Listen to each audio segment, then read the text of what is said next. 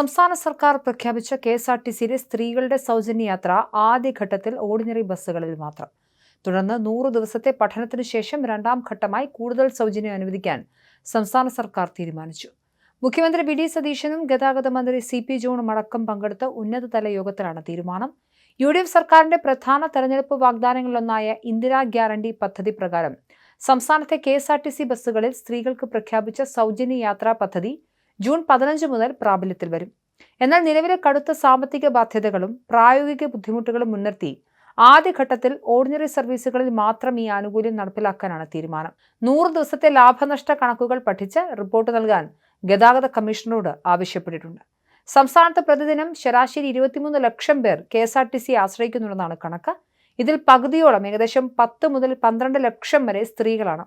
ഇത്രയും വലിയൊരു വിഭാഗത്തിന് സൗജന്യയാത്ര അനുവദിക്കുമ്പോൾ കോർപ്പറേഷൻ ഉണ്ടാകുന്ന ഭീമമായ സാമ്പത്തിക നഷ്ടം പൂർണ്ണമായും സർക്കാർ തന്നെ ഏറ്റെടുക്കും.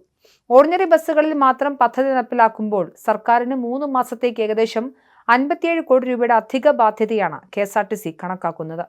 ആദ്യഘട്ടത്തിൽ ഓർഡിനറി ബസ്സുകളിൽ മാത്രം സൗജന്യം പരിമിതപ്പെടുത്തുമ്പോൾ മലബാർ മേഖലയിൽ ഉൾപ്പെടെ ഇതിന്റെ ഗുണം പൂർണ്ണമായി ലഭിക്കില്ലെന്ന് വിലയിരുത്തലുണ്ട്. തെക്കൻ ജില്ലകളെ അപേക്ഷിച്ച് വടക്കൻ ജില്ലകളിൽ കെഎസ്ആർടിസി ഓർഡിനറി സർവീസുകൾ കുറവാണ്.